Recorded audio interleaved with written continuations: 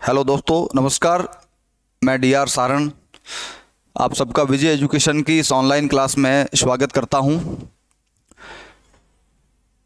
कल हमने जहां बात को छोड़ा था वहां से आगे की बात हम शुरू करेंगे। उससे पूर्व कल की बात को थोड़ा सा मैं दोहराना चाहता हूं ताकि कल की जो बात थी वो और आज की जो बात है वो एक ही चैप्टर से संबंधित है, इसलिए उसका जुड़ाव हो जाए कि हम लोगों ने कहाँ बात को छोड़ा और कहाँ से हम लोग बात को शुरू कर रहे हैं। तो दरअसल हम लोग बात कर रहे थे वर्णों की। किसकी बात कर रहे थे? वर्णों की। कल हमने वर्ण के बारे में सामान्य जानकारी पढ़ी कि वर्ण किसे कहते हैं। हमने बात की कि वर्ण किसी भी भाषा की लघुतम इकाई है और अविभाज्य इकाई है जिसका और अधिक विभाजन नहीं किया जा सकता। जब हम लोग वर्णों के संख्या की बात कर रहे थे, मैंने कल के क्लास में पूरी बात की थी कि सामान्यतः किताबों में कई जगह आपको वर्णों की संख्या 44 देखने को मिलेगी, लेकिन वहाँ से बढ़ते बढ़ते संख्या 57 तक हो जाती है। 44, 46, 52, 57 वो क्यों हो गए थे उसकी सारी बात कल के वीडियो में मैंने बता रखी है, उसका आप लोग देख लेना एक बार फिर। और जब उसके विभाजन की बात आई, वर्णों को कितने भागों में बांटा जाए, तो मोटे तौर पर स्वर और व्यंजन दो ही भाग थे, मगर तीसरा भाग मैंने लिखा था अयोगवाह। स्वर, व्यंजन और अयोगवाह। अयोगवाह में क्या आता है? अयोगवाह में दो ध्वनियां आती हैं, एक स्वर, माफी चाहूंगा, एक विसर्ग और दूसरा अनुस्वार। जबकि स्वर में क्या था? स्वर में जब बात कर रहे थे हमने कहा 11 स्वर हैं। जब हम लोग व्यंजन की बात कर रहे थे तो हम लोग कह रहे थे कि व्यंजन 33 हैं, और अयोगवाह की जब बात कर रहे थे तो हम लोग कह रहे थे कि अयोगवाह की संख्या कितनी है? 2 हैं। तो 11 और 33 ये 44। 44 के बाद 2 अयोगवाह, 46। इसके बाद एक गृहीत स्वर था, गृहीत स्वर वो था ओ, जो अंग्रेजी से आया था। और गृहीत व्यंजन थे क, ख, ग, ज और फ, जो अरबी फारसी से लिए गए थे। इसके अलावा 2 नए व्यंजन थे जिनकी हम लोगों ने बात कल कर ली, ड़ और ढ। हालांकि इनकी जो पूरी चर्चा है हम लोग जब व्यंजनों को पढ़ेंगे तब उसकी पूरी बात करेंगे। फिलहाल मैं इतना कहना चाहूंगा कि आज हम लोग स्वरों के संबंध में बात करेंगे, इसलिए आज की चर्चा हमारी सिर्फ किसके संबंध में रहेगी? स्वर के संबंध में रहेगी। तो स्वरों की संख्या की अगर बात करें तो हम लोगों ने कल भी पढ़ा और आज फिर बता रहा हूं, यह सर्वमान्य आंकड़ा है कि स्वरों की संख्या कितनी है? 11 है। यदि कोई परीक्षा में प्रश्न पूछते हैं और स्वरों की संख्या पूछते हैं, वहां 11 अगर विकल्प लिखा हुआ है तो आपको और किसी बात पर विचार करने की आवश्यकता नहीं है। लेकिन जैसा कि मैं बता चुका हूं कि अलग अलग किताबों में इसके आंकड़े अलग अलग बताए जा सकते हैं। कई जगह इसका आंकड़ा 10 भी बताते हैं, लेकिन इसका कारण क्या है, किसको हटाया गया? मैं कल बात कर रहा था कि री स्वर की जब बात करते हैं तो आजकल री का उच्चारण इस रूप में होने लगा है। लिखित रूप में तो हम लोग री को ऐसा लिखते हैं, लेकिन बोलते समय हम लोग इसका उच्चारण यहाँ करते हैं। इसलिए एक सवाल यहाँ भी बनता है कि 11 से स्वरों की संख्या हम लोग जब 10 करते हैं तो अ से लेकर औ तक के स्वरों में से कौन सा स्वर नहीं माना जाता? री स्वर को नहीं माना जाता। बहुत सारे वैयाकरण ये मानते हैं कि री को अब शुद्ध स्वरों की श्रेणी में नहीं माना जाना चाहिए, क्योंकि इसका प्रयोग सिर्फ संस्कृत के तत्सम शब्दों तक ही सीमित रह गया है। तो जहां 10 स्वर माने जाते हैं वहां री को स्वर की श्रेणी में नहीं माना जाता। तो प्रश्न परीक्षा में कई बार यह भी आता है कि निम्न में से कौन सा स्वर शुद्ध स्वर की श्रेणी में नहीं माना जाता। यदि ऐसा प्रश्न आता है तो आपको कौन से स्वर की बात करनी है? री की बात करनी है। अब हम सोचते हैं कि जब री को हटा लिया फिर भी स्वरों की संख्या 11 कैसे रह गई? तो एक नया स्वर आ गया था जिसकी बात मैं यहां कर रहा हूं, उसको कहते हैं हम लोग गृहीत स्वर। और ये कहां से लिया गया? अंग्रेजी भाषा से लिया गया। तो जब री हट गया कौन आ गया?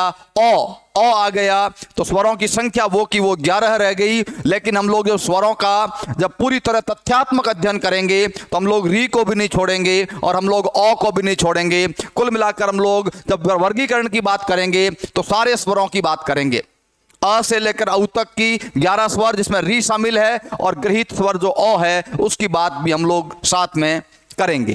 तो बात करते हैं हम लोग कि स्वर क्या है। स्वर क्या है? मैंने एक तरफ कुछ बातें लिखी है, उन पर आप गौर कीजिएगा। मैं पूरी बात को स्पष्ट करने का कोशिश करूंगा। स्वर किसे कहते हैं? क्योंकि परीक्षा वैकल्पिक होनी है, इसलिए लिखित रूप में हमें कहीं परिभाषा लिखने की आवश्यकता नहीं होती, लेकिन फिर भी कई बार इस प्रकार का प्रश्न आता है कि स्वर के संबंध में निम्न में से कौन सा कथन सत्य है या कौन सा कथन असत्य है। ऐसी बातें जब पूछी जाएगी तब हमारे ये जो बातें हैं वो कहीं ना कहीं काम आएगी। तो मैं इस बात को क्रमशः शुरू करता हूं। जब स्वर की बात करते हैं हम लोग, सामान्यतः स्वर के बारे में यह कहा जाता है कि स्वर का जब उच्चारण करते हैं, इस लाइन पे ध्यान देना कि स्वर के उच्चारण करते समय हवा फेफड़ों से उठकर बिना किसी अवरोध या बाधा के बाहर निकलती है। यह शब्द बहुत इंपॉर्टेंट है, अवरोध या बाधा। अर्थात स्वर का जब हम लोग उच्चारण करते हैं तो बीच में कोई अवरोध नहीं आता, कोई रुकावट नहीं आती, कोई बाधा नहीं आती। हम लोग इसको एक उदाहरण के माध्यम से समझ सकते हैं, या मैंने ये लिखा है अगली बात कि यह स्वतः उच्चारित होते हैं। स्वतः उच्चारित होने का मतलब है कि इसमें कोई ज्यादा विशेष प्रयत्न करने की आवश्यकता नहीं है। इसको मैं एक उदाहरण के माध्यम से बताऊं कि एक छोटा बच्चा होता है 4-6 महीने का, जिसको स्वर, व्यंजन या किसी भी प्रकार के उच्चारण की कोई जानकारी नहीं होती, फिर भी उसके मुंह से कोई न कोई ध्वनियां निकलती हैं। जब बच्चा रोता है, बच्चा किसी को आवाज देता है, उसको शब्दों की जानकारी नहीं, उसको वर्णों की जानकारी नहीं, उसको स्वर का पता नहीं, उसको व्यंजन का पता नहीं, फिर भी वो उच्चारण करता है तो कोई न कोई ध्वनि निकलती है। उस ध्वनि पर अगर आप गौर करेंगे तो वो ध्वनि क्या होती है? वो ध्वनि कोई न कोई स्वर होती है। मान लीजिए बच्चा रोता है कि आ ऐसे करता है, तो ध्वनि किसकी आई? आ की। कभी भी छोटा बच्चा रोता है तो उससे व्यंजन की ध्वनि कभी भी नहीं आती। इसका कारण क्या है? क्योंकि व्यंजन के उच्चारण में हमें विशेष प्रयत्न करने पड़ते हैं, जबकि स्वर का उच्चारण है वो स्वतः हो जाता है। और सबसे बड़ी बात, फेफड़ों से उठने वाली हवा जब मुंह के रास्ते जब बाहर निकलती है, चाहे वो नाक से निकलती है और चाहे मुंह से निकलती है, उसमें किसी प्रकार की रुकावट नहीं आती। जबकि व्यंजनों का जब उच्चारण करना हो तो वहां कहीं ना कहीं अवरोध, कहीं ना कहीं बाधा या कहीं ना कहीं रुकावट उत्पन्न होती है। इसलिए बच्चा जब स्वाभाविक रूप से रोता है तो फेफड़ों से हवा निकली, उसका मुंह फटा और हवा बिना किसी अवरोध के बाहर निकल गई और किसी न किसी स्वर का उच्चारण हो जाता है। तो स्वर की पहली विशेषता, स्वरों का उच्चारण करते समय फेफड़ों से उठने वाली हवा बिना किसी अवरोध, बिना किसी रुकावट या बिना किसी बाधा के सीधी बाहर निकल जाती है। दूसरी बात, स्वरों का उच्चारण है वो स्वतः हो जाता है। इसको दूसरे संदर्भ में देखें तो एक बात यह भी कह सकते हैं कि स्वर का उच्चारण करने के लिए किसी अन्य की सहायता की आवश्यकता नहीं है। मैं हम जो व्यंजनों की बात करेंगे तो दोनों की तुलना करेंगे, जब ये बात हमारे ध्यान में आएगी कि व्यंजनों का उच्चारण जब करते हैं तब क्या होता है? व्यंजनों का उच्चारण स्वर की सहायता से होता है। मैं एक उदाहरण देके बताता हूं।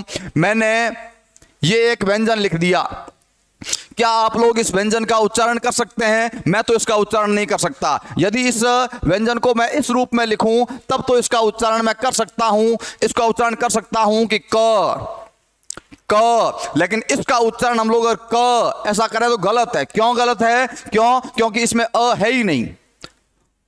जब अ है ही नहीं तो हम लोग अ क्यों बोलते हैं? तो इस आधे वर्ण का जिसके नीचे हल चिन्ह लगा हुआ है, इसका उच्चारण करना बहुत कठिन है स्वतंत्र रूप से, जबकि इसका उच्चारण कर सकते हैं। क्यों? इसका विश्लेषण करें तो ये क, हलंत, धन, अ, ये दो हैं और इसका उच्चारण हम लोग हो कर सकते हैं, इसका उच्चारण नहीं कर सकते। इसका कारण क्या हुआ? इसका कारण है कि इसमें स्वर नहीं है और इसमें स्वर का साथ मिला हुआ है और इसका उच्चारण हो सकता है, इसका नहीं हो सकता। इससे ये बात सिद्ध होती है कि व्यंजन का उच्चारण करने के लिए स्वरों की सहायता की आवश्यकता होती है। बिना स्वरों की सहायता के व्यंजन का उच्चारण नहीं हो सकता। जबकि स्वर का उच्चारण करना है, मैं ये बोलता हूं, ये मैंने एक स्वर लिखा, इसका उच्चारण करना है तो हम सीधा बोल सकते हैं कि आ। बताओ किसी की जरूरत है? नहीं है। तो मुख्य अंतर, मैं व्यंजनों की बात करूंगा तो अलग से बात करूंगा। फिलहाल बात यह कह सकते हैं कि स्वरों के उच्चारण में हवा में कोई रुकावट, किसी प्रकार की बाधा नहीं होती, जबकि व्यंजनों के उच्चारण में हवा कहीं न कहीं रुकती है, कहीं न कहीं अवरोध उत्पन्न होता है, रुकावट उत्पन्न होती है, बाधा उत्पन्न होती है। और दूसरा अंतर, स्वरों के उच्चारण के लिए अन्य किसी वर्ण की सहायता की आवश्यकता नहीं है, वे अपने स्तर पर उच्चारित हो सकते हैं। जबकि व्यंजनों का जब उच्चारण करें तो उसके लिए स्वर की सहायता जरूरी है। बिना स्वर की सहायता के व्यंजन का उच्चारण नहीं हो सकता। इस बात में आपको कोई संदेह नहीं होना चाहिए, यह बात एकदम क्लियर है। अगली बात, तीसरी बात, ये पहली बात हो गई, दूसरी बात हो गई। जब तीसरी बात करेंगे, मुखावयव। मुखावयव का मतलब होता है मुख के अवयव। मुख के अंदर बहुत सारे भाग हैं, कंठ भी है, तालु भी है, मुर्दा भी है, दंत भी है, ओष्ठ भी है, जीभ भी है, सारी चीजें हैं। उच्चारण करते हैं तो उनमें कहीं ना कहीं गतिविधि होती है, सक्रियता होती है। मैंने एक बात लिखी कि मुखावयव जो जीभ है, होठ है, तालु है, इनकी जब बात करते हैं हम लोग, ये कहीं भी पूर्ण स्पर्श नहीं करते। मैं ये नहीं करता कि कहीं भी स्पर्श नहीं होते, लेकिन व्यंजनों के उच्चारण में जिस तरह का स्पर्श अनुभव करते हैं वैसा अनुभव स्वरों में नहीं होता। मैं बोलता हूं आ, सिर्फ मुंह खुल गया, हवा सीधी बाहर निकल गई, जीभ अपनी यथावत स्थिति में है, ज्यादा कोई गतिविधि या किसी प्रकार की कोई प्रक्रिया नहीं हुई। जबकि हम लोग जैसे किसी व्यंजन का उच्चारण करें, मान लीजिए, सुनना बात को, एक तो हम लोग आ का उच्चारण करते हैं और एक मान लीजिए हम लोग इस व्यंजन का उच्चारण करते हैं। व्यंजन का उच्चारण इसको पढ़ेंगे हम लोग तो पढ़ेंगे च। एक तो आप च इसको बोल के देखिए और एक इसको बोल के देखिए कि आ च, आ च। इन दोनों में आप लोग क्या अंतर अनुभव करते हैं? अंतर यह है कि जब आ को हमने बोला तो मुंह यथावत स्थिति में था, कहीं भी कोई पूर्ण स्पर्श नहीं होता। जबकि आपने जब च को बोला तो जीभ है वो तालु के साथ चिपकी। क्यों चिपकी? क्योंकि च वर्ग है वो तालव्य है, उसका उच्चारण स्थान है तालु से होता है, जीभ तालु पर चिपकती है। जबकि आ ऐसे बोला तो जीभ दोनों के बीच में पड़ी थी, किसी प्रकार का कोई स्पर्श नहीं होता। तीसरी बात। चौथी बात, हालांकि ये बात यहां मैं चर्चा करना उचित नहीं समझता, फिर भी इसको संक्षेप में आप सुन लीजिए कि अल्प प्राण और महाप्राण की बात हम लोग व्यंजनों में करेंगे। व्यंजनों का जब वर्गीकरण पढ़ेंगे तो श्वास वायु के आधार पर दो भेद हैं, अल्प प्राण और महाप्राण, और कंपन के आधार पर दो प्रकार हैं, घोष और अघोष। हालांकि मैं उसकी चर्चा नहीं करना चाहता, फिर भी एक फैक्ट है, इसको सुन लेना आप लोग।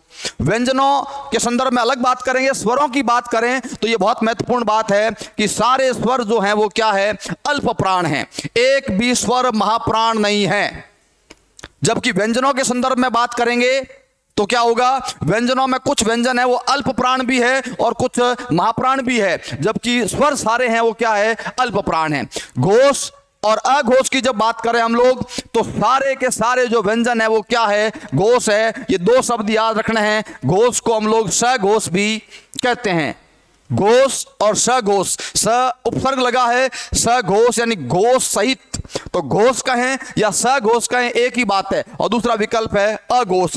तो सारे स्वर क्या होते हैं? अल्प प्राण होते हैं। सारे स्वर क्या होते हैं? घोष होते हैं, या वो क्या कह सकते हैं उसको? सघोष होते हैं। जबकि व्यंजन जो होते हैं वो अल्प प्राण और महाप्राण दोनों होते हैं, और व्यंजन जो होते हैं वो घोष और अघोष दोनों ही होते हैं। तो ये लाइन भी आपको याद रखनी है। अगली कुछ बातें हैं, एक मैंने लिखा कि स्फोट।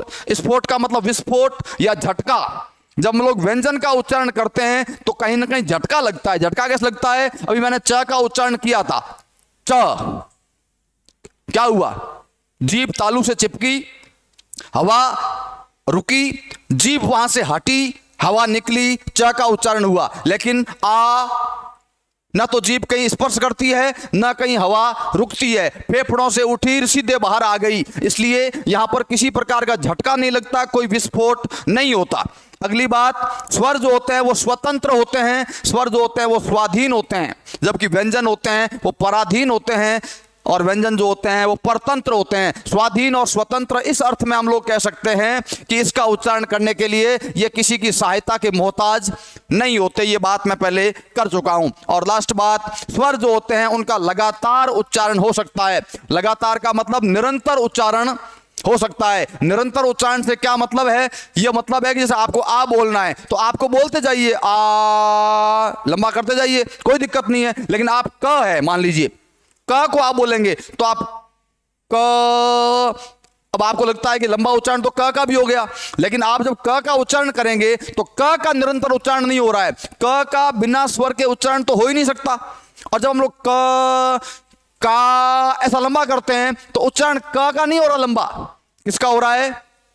अ का हो रहा है, आ का हो रहा है। क के साथ जो स्वर लगा है उस स्वर का लंबा उच्चारण हो सकता है। हम एक बात समझते हैं कि व्यक्ति कोई गीत गाता है, कोई भजन करता है, तो सामान्यतः वो उस आवाज को लंबा खींचता है। जब लंबा खींचता है ना, वो कभी व्यंजन को नहीं खींचता। किसको खींचता है? स्वर, क्योंकि स्वर का ही लगातार उच्चारण हो सकता है, व्यंजन का लगातार लंबा उच्चारण नहीं हो सकता। मैं फिर बात कर रहा हूं दोबारा संक्षेप में कि स्वर की क्या खासियत है। पहली बात, स्वर के उच्चारण के समय हवा फेफड़ों से उठकर बिना किसी अवरोध के, बाधा के, रुकावट के सीधे बाहर निकलती है। दूसरी बात, स्वरों का उच्चारण स्वतः हो सकता है, अर्थात इसकी सहायता के लिए अन्य किसी वर्ण की सहायता की आवश्यकता नहीं है, इसलिए इनको स्वतंत्र या स्वाधीन वर्ण भी कह सकते हैं। तीसरी बात, मुखावयव जो होते हैं, जीभ है, होठ हैं, ये कहीं भी स्वरों के उच्चारण में पूरी तरह स्पर्श नहीं करते।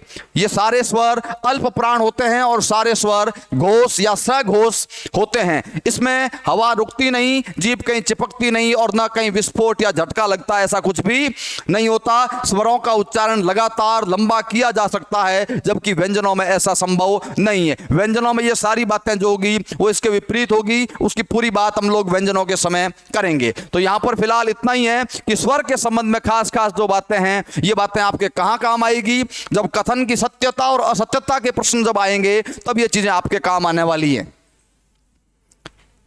समझ गए दोस्तों?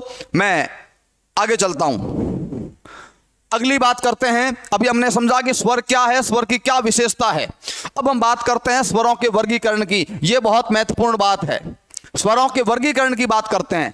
वर्गीकरण का मतलब स्वरों का बंटवारा, स्वरों का विभाजन, और विभाजन किन किन आधारों पर कर सकते हैं। अलग अलग पुस्तकों में आपको अलग अलग बातें मिल सकती हैं, और कुछ बातें ऐसी भी हैं जो आपको किताबों में अलग अलग मिल सकती है, और मैं जो बताऊंगा और वहां आपके कई कंफ्यूजन पैदा हो सकते हैं। लेकिन मैं तमाम बातों को अपने साथ शामिल करते हुए पूरी बात करूंगा। आप सुनिएगा, आधी बात सुनोगे, मैंने कुछ लिख दिया, मैंने कुछ बोल दिया, आप उतने को सत्य मान लोगे तो गड़बड़ हो जाएगा। इसलिए मैं पूरी बात जो कर रहा हूं, पूरी बात को सुनने के बाद ही किसी चीज का सारांश आपको ग्रहण करना है। इस बात को ध्यान में रखना। मैंने स्वरों के वर्गीकरण की बात की है, कितने आधारों पर वर्गीकरण करें, इस बात को लेकर भी भिन्न भिन्न विद्वान, भिन्न भिन्न किताबों में भिन्न भिन्न बातें हो सकती है। लेकिन मैं सबकी बातों को अपने साथ शामिल करते हुए अपनी बात को कर रहा हूं। स्वरों के वर्गीकरण की बात करते हैं। इसका जो पहला आधार है उसको हम लोग कहते हैं उत्पत्ति।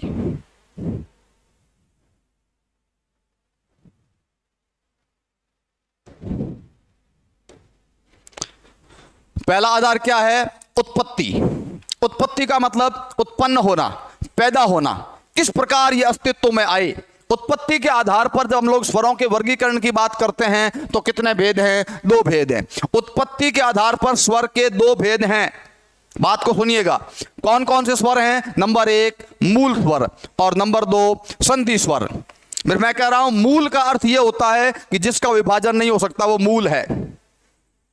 हम लोग मूल शब्दों की बात करते हैं, लेकिन मूल शब्दों के साथ जब संधि होती है, उपसर्ग होते हैं, प्रत्यय होते हैं, तो बहुत सारे नए शब्दों का निर्माण होता है। लेकिन हम लोग मूल स्वरों की बात कर रहे हैं। स्वर 2 प्रकार के हैं। नंबर 1 मूल और दूसरा है संधि। संधि का मतलब जहां 2 वर्ण आपस में या 2 स्वर आपस में क्या हो जाते हैं? जुड़ जाते हैं, वहां संधि कहलाती है। मैं एक बात पहले क्लियर कर देना चाहूंगा कि भोलानाथ तिवारी वगैरह जो बड़े बड़े पुराने मूल राइटर्स जो हैं, उनकी अगर हम जब लोग बात करेंगे तो उन्होंने ये कहा कि हिंदी में जो 11 स्वर हैं वो सारे के सारे स्वर क्या है? मूल है। मैं ये बात इसलिए बता रहा हूं कि आपको कोई कंफ्यूजन नहीं हो।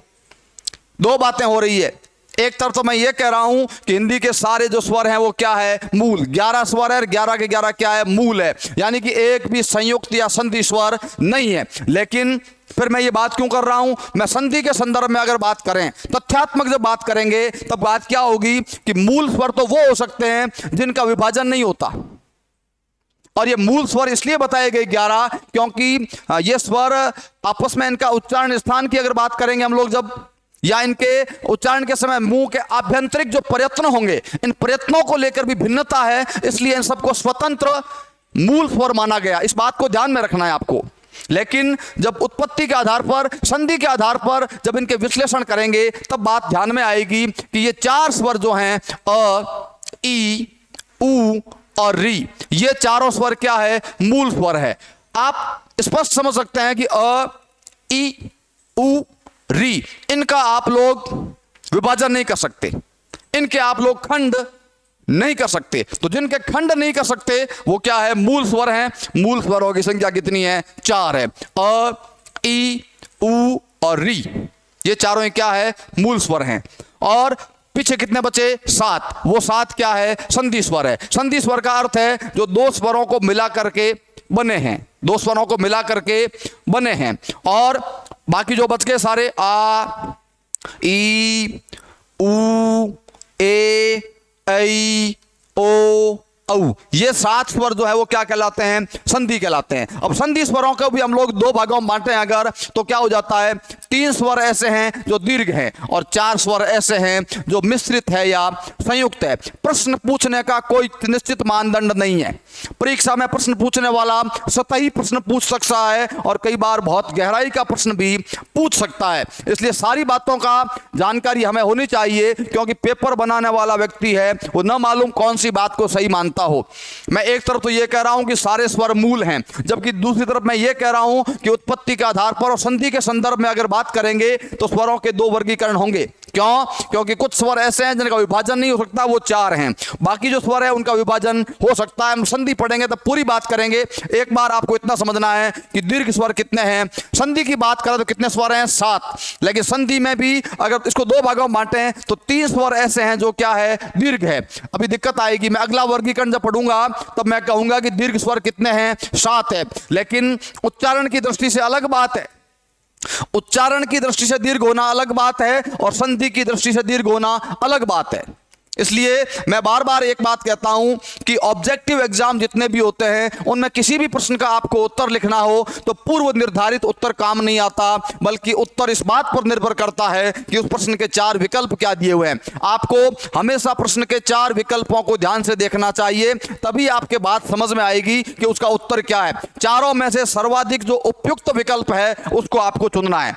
चलिए आगे की बात करते हैं। दीर्घ स्वर में कौन से मानते हैं, आपने स्वर संधि का एक भेद पढ़ा है। कौन सी संधि है, दीर्घ स्वर संधि। याद करिए, संधि हमने पढ़ी नहीं अभी हालांकि, लेकिन आपने बहुत पहले पढ़ रखी होगी, मैंने भले नहीं पढ़ाई हो, लेकिन संधि का एक स्वर संधि का भेद है दीर्घ स्वर संधि। और दीर्घ स्वर संधि में हम लोग अच्छी तरह जानते हैं कि वहां 3 बातें होती हैं, आ, ई और उ। ये बात मुझे लगता है आप जानते होंगे। आ, ई और उ, ये 3 दीर्घ स्वर माने गए किसमें, दीर्घ संधि में। तो इस संदर्भ में अगर मैं बात करूं तो हालांकि ये सारे स्वर जो है ना 7 के साथ संधि स्वर, इनको हम लोग दीर्घ ही मानेंगे। किस आधार पर, मात्रा के आधार पर या उच्चारण कान के आधार पर। लेकिन जब यहां हम लोग जो बात कर रहे हैं तो दीर्घ स्वरों की संख्या कितनी मानी जाएगी, 3 मानी जाएगी। मैं फिर कह रहा हूं विभाजन अलग अलग आधारों पर है। परीक्षा में जब आपको स्वरों की संख्या पूछते हैं तो यह बात ध्यान देनी है कि किस आधार पर पूछ रहे हैं। उच्चारण काल के आधार पर पूछ रहे हैं या उत्पत्ति के आधार पर पूछ रहे हैं या संधि के आधार पर पूछ रहे हैं, किस आधार पर वो लोग बात कर रहे हैं, इस बात को ध्यान में देना है। क्या होता है आ, हम जानते हैं आ किससे बनता है, अ धन अ। हालांकि दीर्घ संधि में इसका नियम अलग है, वह 4 फैक्ट काम करते हैं। अ या आ के साथ, अ या आ किसी भी क्रम में जुड़ता है तो आ बनता है। लेकिन हम लोग वो बात संधि में करेंगे, यहां फिलहाल बात इतनी करेंगे कि अ और अ मिलकर आ बन जाता है। ई और ई, जिनको हम लोग छोटी ई कहते हैं, वो दोनों मिलकर दीर्घ ई या बड़ी ई बन जाती है और दोनों छोटे ऊ मिलकर के आपस में बड़ा ऊ बन जाते हैं। तो आ, ई और ऊ, इनको आप लोग दीर्घ स्वर मान सकते हैं। और अगला आता है मिश्रित या संयुक्त। इन दोनों को मैंने अलग इस रूप में किया है कि यहां जो ये 3 स्वर बन रहे हैं और जिनको जुड़ के बन रहे हैं ये समान वर्ण हैं, या इनको सजातीय वर्ण हम लोग कह सकते हैं। समान कैसे कि अ और अ मिला, ई के साथ ई मिली, ऊ के साथ ऊ मिला, इसका मतलब दोनों समान स्वर मिल रहे हैं। इस संदर्भ में मैंने इसको दीर्घ कहा है। मिश्रित में क्या होता है, मिश्रित में आप देखिए ए, ऐ, ओ, औ। जब ए की बात करेंगे, मैं फिर कह रहा हूं संधि के 3 संधि के स्वर संधि के प्रकार की बात करेंगे तो आ, ई, ऊ ये किसमें आते हैं, दीर्घ स्वर संधि में। ए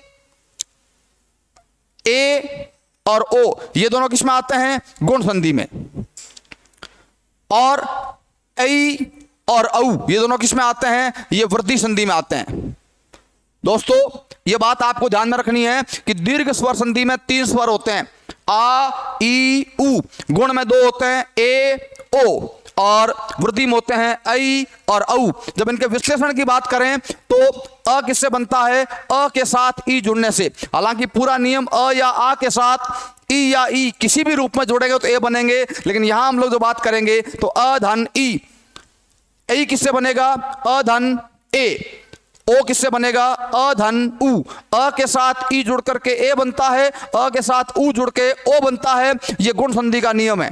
तो ए और ओ, और अ के साथ ए जुड़ा तो ए बना, अ के साथ ओ जुड़ा तो औ बना। इस प्रकार यहां जो यहां इसमें फर्क क्या है कि यहां अ ई उ समान स्वर जुड़ रहे थे, जबकि यहां अ के साथ ई जुड़ रहा है, अ के साथ उ जुड़ रहा है, अ के साथ ए आ रहा है, या अ के साथ ओ आ रहा है। तो ये दोनों आपस में क्या है? विजातीय या असवर्ण कह सकते हैं हम लोग, असमान वर्ण कह सकते हैं। वो असमान वर्ण जुड़ने से बना, इसलिए इनको हम लोग मिश्रित या संयुक्त स्वर भी कह सकते हैं। तो फिर बात कर रहा हूं उत्पत्ति के आधार पर। इस बात को फिर से याद रखना कि सभी स्वर मूल माने गए हैं, ऐसा कई विद्वानों का और कई वैयाकरणों का मानना है।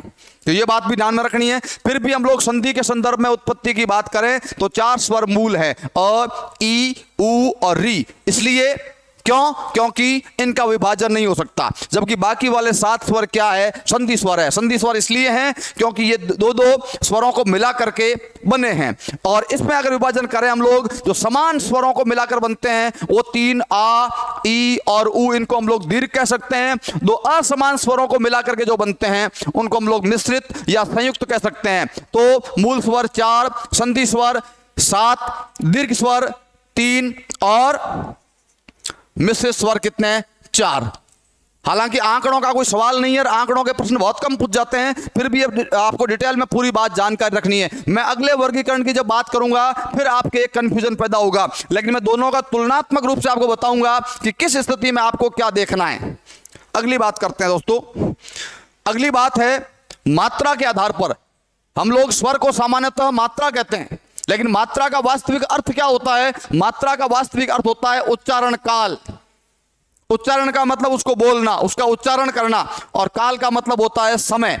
तो मात्रा किसको कहते हैं? किसी भी व्यंजन, किसी भी वर्ण के उच्चारण में लगने वाला जो समय है, या स्वरों की बात करते हैं, स्वर के उच्चारण में लगने वाला जो समय है वो मात्रा कहलाता है। अब समय को हम लोग सेकंड में, मिनट में या घंटों में नहीं नाप सकते, एक अनुमान होता है। एक अनुमान के आधार पर हम लोग कहते हैं कि इसमें समय कम लगा और उसमें समय अधिक लगा। तो उच्चारण काल के आधार पर जब स्वरों के वर्गीकरण की बात करते हैं तो कितने प्रकार हैं? 3 हैं, लेकिन बहुत सारी किताबों में इसकी जगह आपको 2 लिखा भी मिल सकता है। उसका भी बताऊंगा कि 2 क्यों लिखा मिलता है और 3 क्यों लिखा मिलता है। बात को सुनिएगा। 3 आधार कौन कौन से? एक होता है ह्रस्व, एक होता है दीर्घ और एक होता है प्लुत। ये प्लुत जो है ये बहुत सारी किताबों में आपको लिखा हुआ नहीं मिलेगा। संस्कृत में इसका प्रयोग बहुत मिलता है, हिंदी में इसका प्रयोग कम मिलता है, लेकिन फिर भी इसका प्रयोग हम लोग व्यवहारिक रूप से कहाँ करते हैं इस बात को भी हम लोग समझेंगे। ह्रस्व स्वर की बात करें, एक बात तो यहां ध्यान रखनी है, कई लोग इसको ये लिख देते हैं ह्रिस्व। ये ह्रिस्व शब्द जो है वो वर्तनी की दृष्टि से क्या है? गलत है। ह्रिस्व नहीं होता है, ह्रस्व होता है। ह के साथ री नहीं होता है, ह के साथ क्या होता है? र होता है। क्या होता है? र होता है। तो ह्रस्व स्वर या ह्रस्व स्वर को हम लोग कुछ और नामों से भी जानते हैं। ह्रस्व स्वर को हम लोग लघु स्वर भी कहते हैं। ह्रस्व स्वर को हम लोग एक मात्रिक स्वर भी कहते हैं। ये मात्रा एक मात्रिक और द्विमात्रिक की बात कहां होती है दोस्तों? आपने अगर हिंदी में पढ़ा है, जब हम लोग छंद की बात करेंगे, काव्य शास्त्र में जब हम लोग छंद की बात करेंगे, वहां जब छंदों की बात करेंगे और मात्रिक छंदों की बात करेंगे तो वह मात्राओं की गिनती करनी होती है कि कौन से छंद के कौन से चरण में कितनी मात्राएं हैं। तो मात्राओं को गिनने का एक सिस्टम है। कुछ स्वर ऐसे होते हैं जिनकी मात्रा 1 होती है और कुछ स्वर ऐसे होते हैं जिनकी मात्रा 2 होती है। इसकी 1 मात्रा 2 मात्रा। तो 1 मात्रा कौन से की होती है? जिसको एक मात्रिक कहते हैं। 2 मात्रा किसकी होती है? जिसको द्विमात्रिक कहते हैं। सीधा सीधा फंडा है कि एक मात्रिक है वो कौन से हैं? ह्रस्व है। जिनको हम लोग ह्रस्व स्वर कहते हैं या लघु स्वर कहते हैं वो एक मात्रिक होते हैं।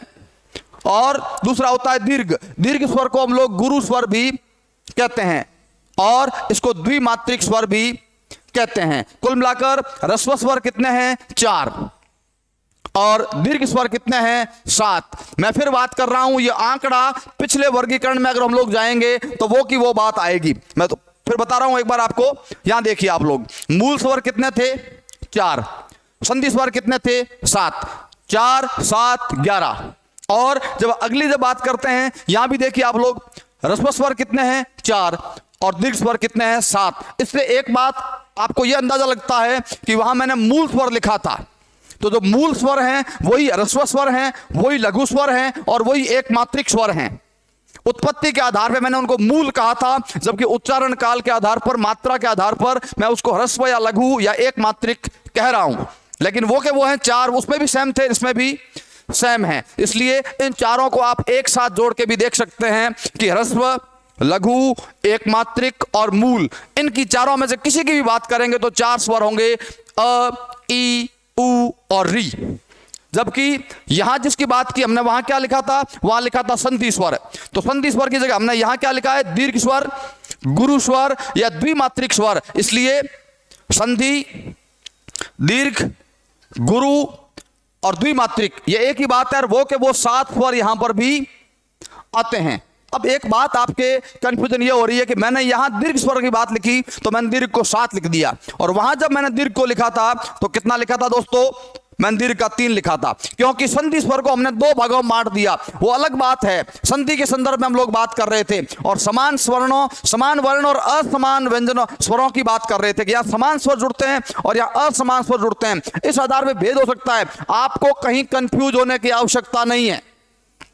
क्यों आवश्यकता नहीं है? कि जो संधि स्वर हैं वही दीर्घ स्वर हैं, क्योंकि उधर हम दीर्घ स्वरों की बात कर रहे हैं तो हम लोग कह रहे हैं 7 है, और यहां हम लोग इसका 2 भागों में बांट रहे हैं तो अलग अलग कर रहे हैं। खैर, आपको कहीं कंफ्यूजन की जरूरत नहीं है। परीक्षा में प्रश्न किस टाइप से आता है उस पर आपका उत्तर निर्भर करता है। तो मात्रा या उच्चारण काल के आधार पर 3 भेद भी मान जाते हैं और 2 मान जाते हैं। मैं फिर कह रहा हूं 2 भाग तो फिक्स है। 2 कौन से? ह्रस्व और दीर्घ। प्लुत स्वर कहीं लिखा होता है, कहीं नहीं भी लिखा होता है। तो नहीं लिखा क्यों नहीं होता, उसका कारण बताऊंगा मैं। अब हम बात करें तो 4 स्वर हो गए, ये ह्रस्व स्वर में, लघु या एक मात्रिक स्वर में, और दीर्घ, गुरु या द्विमात्रिक स्वर में 7 हो रहे। मैं 2-2, 3-3 नाम आपको क्यों बता रहा हूं, इसका इसलिए बता रहा हूं कि परीक्षा में प्रश्न देने वाला जो व्यक्ति होता है वो इनमें से किसी भी शब्द का प्रयोग कर सकता है। हमने रट लिया कि साहब ह्रस्व, लेकिन हमें उसकी जगह ह्रस्व लिखा नहीं हुआ, उसकी जगह एक मात्रिक लिख दिया उसने, उसकी जगह उसने लघु लिख दिया, उसने उसकी जगह मूल लिख दिया, तो हमारी दिक्कत होगी कि नहीं होगी। इसलिए सारे जो पर्यायवाची शब्द हैं जिनको एक ही अर्थ में उपयोग किया जाता है उनका ध्यान रखना बहुत जरूरी है। तो वहां 4, ये 7। अब दिक्कत यह है कि मैंने तीसरा प्रकार तो लिखा है प्लुत, लेकिन ये 4 और 7, 11 तो पूरे हो गए सब। जिन 11 स्वरों की बात कर रहे थे, 4 ह्रस्व में आ गए और 7 किस में आ गए, दीर्घ में आ गए। तो पीछे बचा क्या? बचा ही नहीं। तो फिर प्लुत स्वर में है क्या? मैंने यहां कुछ लिखा भी नहीं है। मैं कह रहा हूं कि सभी स्वर जो होते हैं ना, ये 11 के 11 स्वर जो हैं वो क्या हैं? प्लुत स्वर हैं। कैसे? इसका हमारे हिंदी में व्यवहारिक रूप में लेखन में कहीं उपयोग नहीं होता, लेकिन जब हम लोग उच्चारण करते हैं, बोलते हैं, मैं पहले भी बात कर रहा था, जब कोई आदमी रोता है, या कोई आदमी जब गीत गाता है, या कोई आदमी हंसता है, जब हम लोग हंसते हैं, हम लोग रोते हैं, हम लोग गाते हैं, तब हमारी जो आवाज है, जो ध्वनि है, वो लंबी निकलती है। मैं फिर बता रहा हूं कि ह्रस्व में समय कम लगता है। कम कितना? मैं इसको सेकंड या मिनट में नहीं कह सकता, कम लगता है। और दीर्घ में क्या होता है, इसकी तुलना में क्या लगता है? दुगुना लगता है। यही बात याद रखनी है कि दीर्घ स्वर के उच्चारण में जो समय लगता है वो ह्रस्व स्वर की तुलना में क्या होता है? दुगुना होता है। और प्लुत स्वर की बात करेंगे तो क्या होगा? ह्रस्व की तुलना में तो तिगुना। ध्यान देना बात पे। ह्रस्व में कम समय लगता है और ह्रस्व की तुलना में दीर्घ में क्या लगता है? दुगुना। और प्लुत की बात करें तो प्लुत स्वर के उच्चारण में ह्रस्व की तुलना में तो तिगुना और दीर्घ की तुलना में दुगुना कह सकते हैं हम लोग। उतना समय लगता है, लेकिन इसका लेखन में हमारे यहाँ कहीं उपयोग नहीं होता। हम लोग कई बार एक ओम की ध्वनि निकालते हैं, हम लोग बोलते हैं ओम, बोलते हैं तो कितना लंबा हो गया। तो ह्रस्व, दीर्घ और प्लुत। हंसते समय, गाते समय कोई आदमी भजन करता है तो लाइन का जो अंतिम शब्द होता है, उसका जो अंतिम स्वर को है उसको हा लंबा कर देता है, तो वहां पर क्या हो गया? प्लुत हो गया। इस प्रकार से प्लुत को आपको ज्यादा ध्यान देने की आवश्यकता नहीं है। आपको ह्रस्व और दीर्घ इन दोनों बातों का ध्यान जरूर रखना है। तो उत्पत्ति के आधार पर मूल और संधि स्वर, संधि के अंदर दीर्घ और मिश्रित या संयुक्त स्वर, मुझे लगता है कोई आपको शंका नहीं होनी चाहिए। मात्रा और उच्चारण काल के आधार पर बात करें, ह्रस्व और दीर्घ, ये दोनों जो बंटवारे हैं, दोनों जो वर्गीकरण है, यहाँ आंकड़ा सेम है 4 7, वहां भी 4 7 ही हो रहे थे। इसलिए फिर बता रहा हूं एक बार कि लघु, ह्रस्व, एक मात्रिक या मूल, इनकी बात करें तो वही 4 स्वर हैं। और दीर्घ, गुरु, द्विमात्रिक और संधि स्वर की बात करें तो वो सारे क्या है, 7 हैं। बात चलते हैं अगली बात पे। अगला जो वर्गीकरण है वो है औष्ठाकृति के आधार पर। ध्यान देना बंधुओं, औष्ठ का मतलब होता है होंठ। हमारे जो होंठ होते हैं जिनको हम लोग औष्ठ कहते हैं, क्या कहते हैं, औष्ठ। तो औष्ठ जो है, औष्ठों की आकृति, संधि विच्छेद है औष्ठ धन आकृति। औष्ठ का आकार कैसा होता है, जब हम लोग स्वरों का उच्चारण करते हैं तो हमारे ओष्ठों की आकृति एक जैसी नहीं रहती, उसकी आकृति 2 प्रकार की हो जाती है। इस आधार पर यहां 2 भागों में इसको वर्गीकृत किया गया है। औष्ठाकृति के आधार पर स्वर 2 प्रकार के होते हैं। नंबर 1, एक होता है वृत्ताकार और दूसरा होता है अवृत्ताकार। वृत्ताकार को हम लोग वर्तुलित कह सकते हैं और अवृत्ताकार को हम लोग अवर्तुलित भी कह सकते हैं, या कई बार इसको वृत्तमुखी और इसको अवृत्तमुखी भी कह सकते हैं। 3 नाम बता रहा हूं, ज्यादा नाम इसलिए बता रहा हूं कि परीक्षा में पता नहीं कौन सा शब्द आ जाए। तो वृत्ताकार, वर्तुलित या वृत्तमुखी, और अवृत्ताकार, अवर्तुलित या अवृत्तमुखी। वृत्त के बारे में हम जानते हैं, यह वृत्त होता है। वृत्त अलग चीज है, गोला अलग चीज है, लेकिन हम लोग व्यवहारिक रूप में वृत्त को ही गोला कहते हैं। गणितीय भाषा में जब बात करेंगे तो वृत्त का मतलब रिंग होता है, जबकि गोले का मतलब क्या होता है, गेंद का जो आकार होता है, वॉलीबॉल, फुटबॉल का जो आकार होता है वो गोल होता है। जबकि जो रिंग होती है, अंगूठी पहनते हैं हम लोग, चूड़ी पहनते हैं, वो क्या है, वो वृत्ताकार है। लेकिन हमें यहाँ गणित की बात पे नहीं जाना है, हमें तो इतना समझना है कि जब आप इनका उच्चारण करते हैं, होठों का आकार वृत्ताकार होता है या नहीं होता है, होता है या नहीं होता है, 2 ही बात ध्यान रखनी है। मैं एक बात फिर कह देता हूं कि जब हम लोग स्वरों के वर्गीकरण की बात करेंगे या व्यंजनों के वर्गीकरण की बात करेंगे, परीक्षा में जब प्रश्न आएंगे तो 2 प्रकार के विद्यार्थी होते हैं। एक तो इस बात को रटते हैं और दूसरे कुछ विद्यार्थी होते हैं जो इस बात को समझते हैं। रटना अलग चीज है, समझना अलग चीज है। यदि रटना होता तो फिर किताब में आप सीधा रट लेते, वो तो किताब में लिखा पड़ा है। लेकिन मैं जो इसको बोल के बता रहा हूं, ये आपको समझाने का प्रयास कर रहा हूं। रटी हुई बातें भूलने की संभावना रहती है, समझी हुई बातें भूलने की संभावना नहीं रहती। और मुझे लगता है मूल स्वर में और संधि स्वर में, ह्रस्व स्वर में और दीर्घ स्वर में कोई किंतु परंतु नहीं है।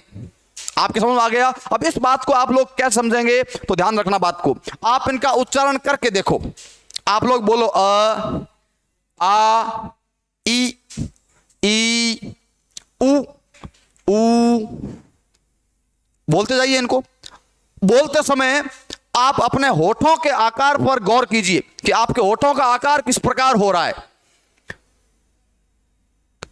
कौन से का उच्चारण करते हैं। मैंने यहां 5 लिख रखे हैं, उ, ओ, औ और औ। अब मैंने औ को भी शामिल कर लिया है। हम लोग न तो री को बाहर कर रहे हैं न औ को बाहर कर रहे हैं। हम जब वर्गीकरण पढ़ रहे हैं तो री की बात भी साथ में कर रहे हैं और औ की बात भी साथ में कर रहे हैं। अब आप सोच रहे होंगे, जब मैंने पीछे मात्रा के आधार पर कहा था तो मात्रा के आधार पर मैं लिखना भूल गया, लेकिन याद रखना ये औ स्वर जो है ना, औ, इसको भी हम लोग दीर्घ ही मानेंगे। इसको भी क्या मानेंगे, दीर्घ ही मानेंगे, लघु नहीं मानेंगे। जब मूल और संधि में बात कर रहे थे तो ये चूंकि हिंदी का मूल स्वर नहीं है, अंग्रेजी से ग्रहण किया गया है, लेकिन इसलिए वहां इसकी चर्चा अपेक्षित नहीं थी। यहां जब बात करेंगे हम बोलते हैं ऊ,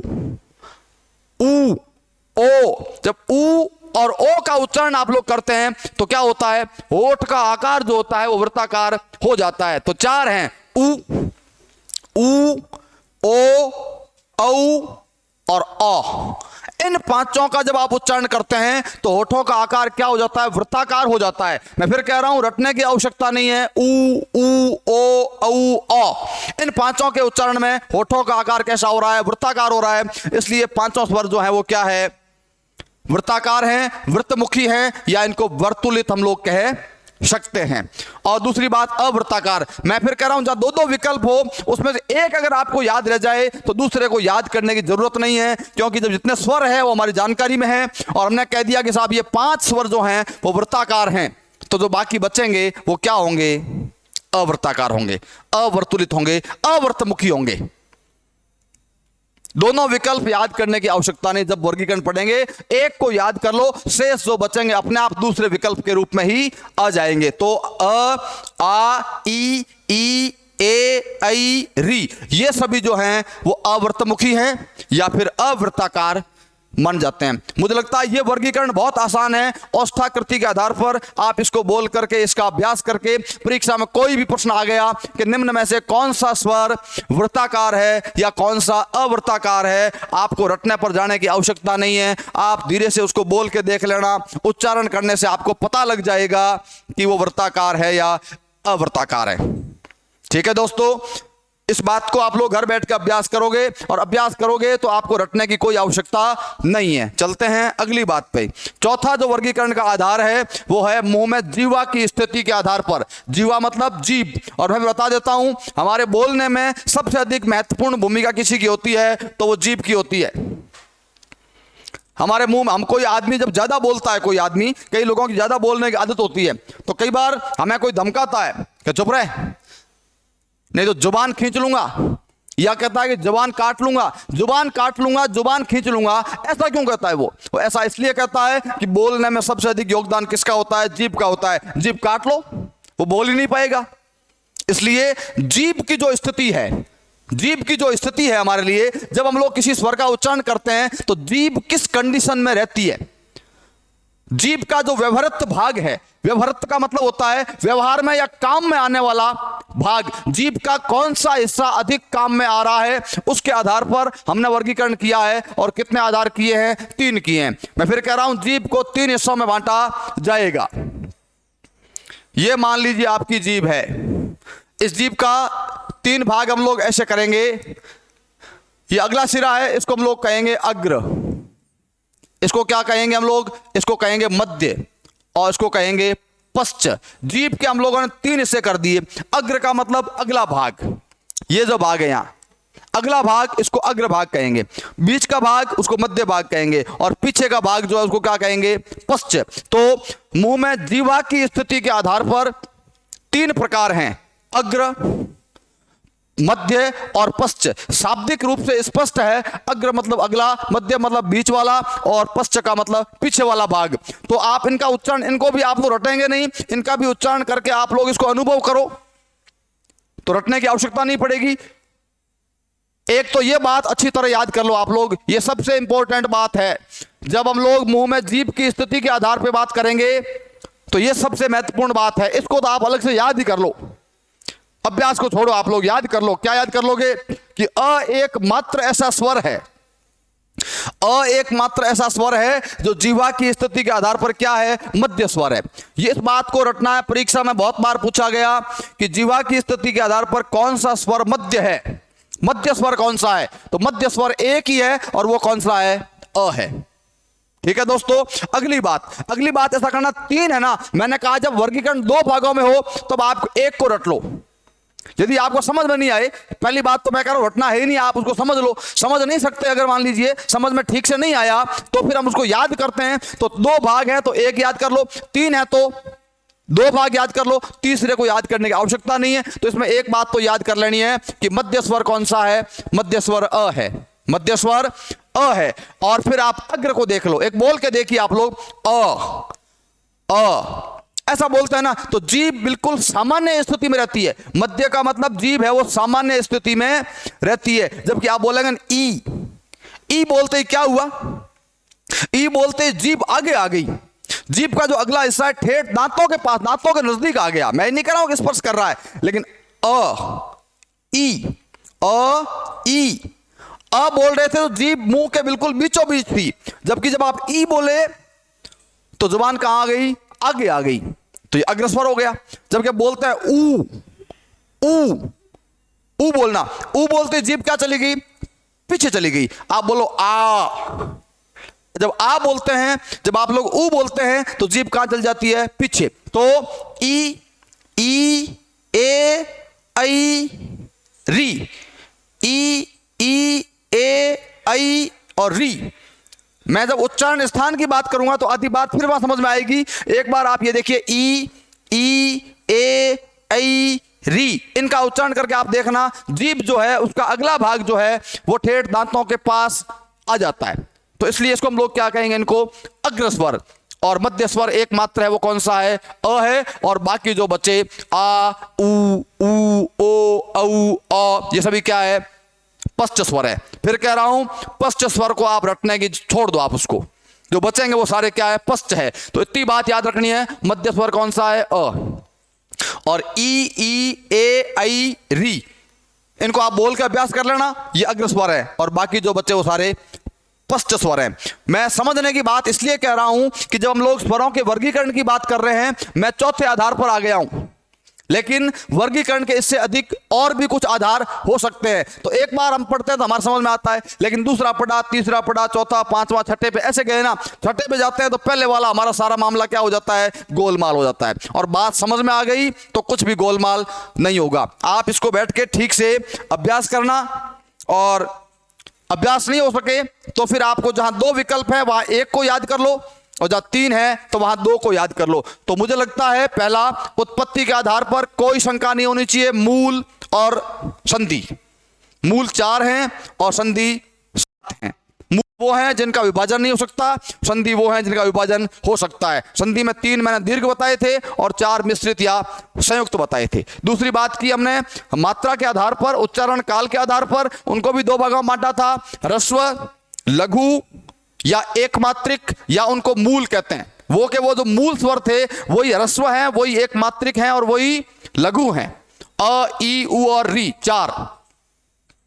और दूसरा जो भाग था वो था दीर्घ या गुरु या द्विमात्रिक, उसको हम लोग कह सकते हैं। तो वहां क्या था, वहां वो 7 स्वर थे, वो आपके ध्यान में है। और तीसरा हमने प्लुत की बात की थी। प्लुत के लिए अलग से कोई स्वर निर्धारित नहीं है, वो 4 और 7 दोनों ह्रस्व और दीर्घ में पूरे हो जाते हैं। लेकिन किसी स्वर को हम लोग बहुत लंबा खींचते हैं, किसी को हम लोग आवाज लगाते हैं कि ए, ऐसे आवाज लगाते हैं अगर हम लोग, तो उस ए को हम लोगों ने उसमें उच्चारण में लगा, उसको हम लोगों ने दीर्घ से भी अधिक लंबा कर दिया, तो उसको क्या कह देंगे, प्लुत स्वर कह देंगे। कोई भी स्वर प्लुत हो सकता है जब उसको जरूरत से अधिक लंबा खींचा जाता है। हंसने में, गाने में, रोने में इस बात का प्रयोग होता है। और तीसरी जो बात थी वो औष्ठ की आकृति, ये बहुत आसान है।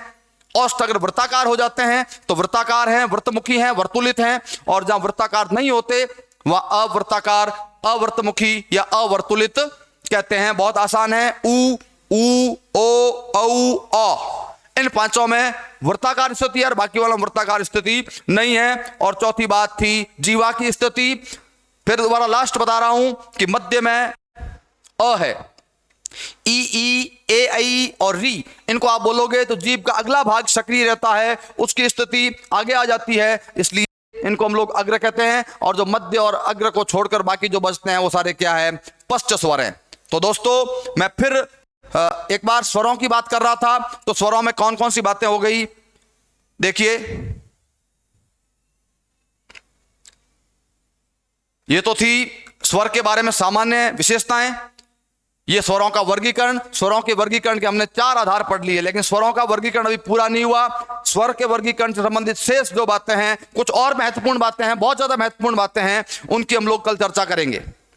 तो जितना पढ़ाया गया उसको आप ठीक से पढ़ें, ठीक से समझें। मुझे लगता है आज हमने जो बात की है, इस बात में किसी को कोई संदेह और कोई शक नहीं होना चाहिए। मैं कोई फैक्ट नहीं बता रहा हूं, कई चीजें तो ऐसी है मैं कह रहा हूं जिनको लेकर कंफ्यूजन बना हुआ है और बना रहेगा। बड़े बड़े जो विद्वान हैं वो भी इस बात को लेकर कहीं ना कहीं एक राय, और सब लोग एक दूसरे से सहमत नहीं है। इसीलिए तो हमें अलग अलग किताबें जो बातें हैं उनमें अलग अलग बातें मिलती हैं। फिर भी हम लोगों को सबका सार निकाल करके चलना होगा, और परीक्षा में प्रश्न की प्रवृत्ति और उसके अंदर दिए गए विकल्पों के आधार पर हमें उत्तर ढूंढना होगा। तो कल की जो क्लास थी वो और ये आज की क्लास, इन दोनों क्लासों को ठीक से सुनना। कल हम लोग स्वर से जुड़ी हुई शेष जो बातें हैं उनको हम लोग कल के वीडियो में करेंगे। कल बहुत महत्वपूर्ण बात करने वाला हूं, एक अनुनासिक और एक अनुस्वार। ये जो एक ऐसा मसला है जिस पर अभी तक सभी लोग एक राय नहीं है। मैं विद्यार्थियों की बात नहीं करता, मैं आपके अभ्यर्थियों की बातें नहीं करता, प्रतियोगी परीक्षा की तैयारी करने वालों की बात नहीं करता। तमाम ऐसे शिक्षक हैं, तमाम बड़ी बड़ी डिग्री किए हुए जो लोग हैं, वो भी अनुनासिक और अनुस्वार को लेकर इतने कंफ्यूज रहते हैं कि पता नहीं क्या है। मैं एक छोटी सी बात करूं कि मैंने एक शब्द लिखा गेंद। कई लोग इसको गेंद को इस प्रकार भी लिख देते हैं गेंद, गलत। ये गलती क्यों हो रही है हम लोगों की? हम लोग लिखते हैं शुभ कामनाएं, हम लोग लिखते हैं शुभ कामनाएं, और कई लोग यहां क्या लगा देते हैं? बिंदु लगा देते हैं, गलत। क्या लगना चाहिए? चंद्र बिंदु लगना चाहिए। ये क्यों होता है? क्योंकि अनुस्वार और अनुनासिक और नासिक के ध्वनियों को लेकर जो एक कंफ्यूजन बना हुआ है, उसका कोई सरलीकरण ठीक से नहीं हो पाया। कल हम लोग स्वरों के शेष वर्गीकरण की और अनुनासिक और अनुस्वार, इन तमाम मुद्दों को लेकर बहुत महत्वपूर्ण बातें करेंगे। आज के लिए इतना ही। शुक्रिया। जय हिंद, जय भारत।